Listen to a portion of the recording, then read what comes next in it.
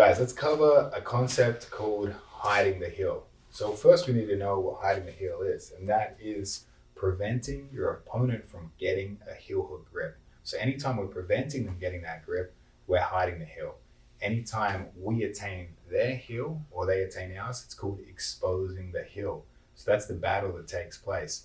Preventing it, hiding the heel. If they attain the grip, that's called exposing the heel. And it's very important. It's probably the most important thing you're going to cover in heel hook defense, right?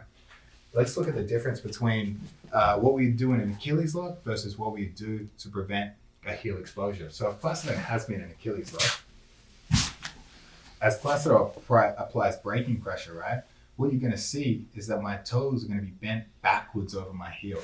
So obviously, if I didn't want that to happen, I would do everything humanly possible to bring my toes back towards myself, because I know that for him to break my ankle here, he's going to be pulling my toes in the other direction. So generally speaking, because of the limited amount of tournaments and tournament experience people have that involve heel hooks, people's only reaction to their leg getting attacked is basically preventing an Achilles lock. It's a concept called putting the boot on, because it's like we're putting on our boot by arching our toes back towards us, right? So again, let's look at it one more time. Placido wants to break my foot. He pulls the toes towards himself. I want to prevent that. I pull the toes back. But if we're in a heel hook environment and my reaction is to put the boot on to defend an Achilles lock, look how easy it is for him to expose my heel. So again, another situation where if we relax and try to think logically about the threat at play, we're less likely to make a mistake that simple.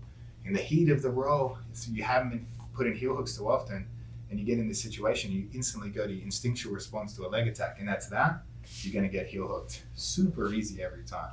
So the first thing I want you to do is do a ballerina style of toe extension. Do exactly what he wanted to do to Achilles lock you, right? And even if I don't do anything else, Placido goes to expose the heel, it's going to be harder than here. That's easy. That's difficult, right? Difficult, not impossible. Obviously, you're going to see if he keeps forcing it, he's going to expose my heels. So obviously, that's not all we could do. We also need to turn our foot away from Placido.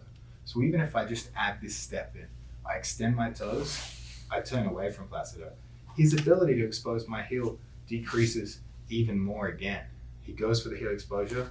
He will still eventually get it, but you're going to see that it takes more and more work, more and more movement on his end.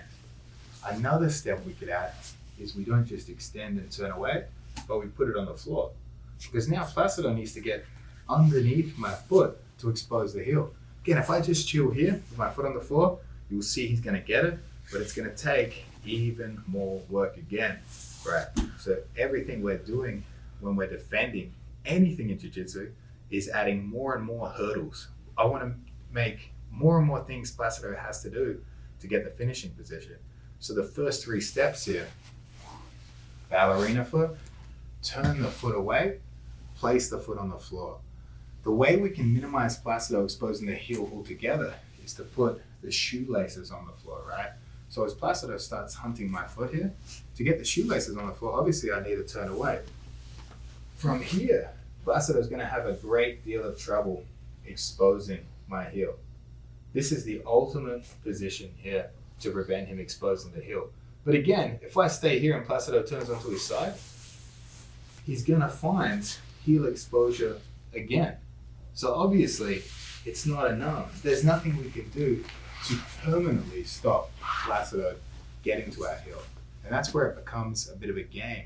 I have to stay one step ahead of Placido to prevent him securing these heel hooks, right? So this is why you see, if we face and roll this way, this is why you're going to see that it's active defense. So we go through all the steps: extend to the floor, get our shoelaces on the floor. As Placido keeps digging, I keep turning, and we keep going and going and going, right? So it's active prevention. And it would be the same from inside versus outside. If I have Placido on an outside arching here, he can't just put the boot on. If he puts the boot on, look how easy it is for me to just expose the heel. So we know that it would be terrible for Placido to put the boot on here. What he wants to do is, again, he wants to extend, wants to start turning the foot away from me. He wants to put that foot to the floor, and ultimately he wants to get on the shoelaces here. And what that does is, as I look for the foot, I end up exposing my own back here, right? So the contrast between defending insides and defending outsides is there'll be back exposure amongst both, but generally speaking, back exposure will come up quite simply from a failed outside heel hook, whereas back exposure from an inside heel hook is going to involve some misdirectional movement, but we'll get to that at a later date. But this is a very, very important concept when we defend heel hooks. So again, you can even practice this at home. Obviously, the greater flexibility you have with your feet here, the harder it's going to be for you to get heel hooked. So a lot of people have very tight calves and they can't point their feet very far at all. I would definitely work on that, right? You want to be comfortable in a firefight of heel hooking. You really need to have good heel hooking extension, good toe extension here, right? You need to improve that flexibility. Think ballerina, think practicing those ballerina poses where women will be posting on their toes here.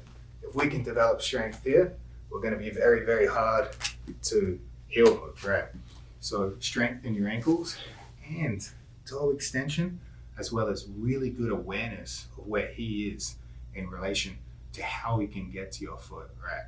But above all, if you can remember one thing, there are differences between defending an Achilles lock and defending a heel hook. In fact, you need to do the complete opposite reaction from an Achilles lock defense with a heel hook defense. And that is how you hide your heel and stay safe when people are attacking you for heel hooks.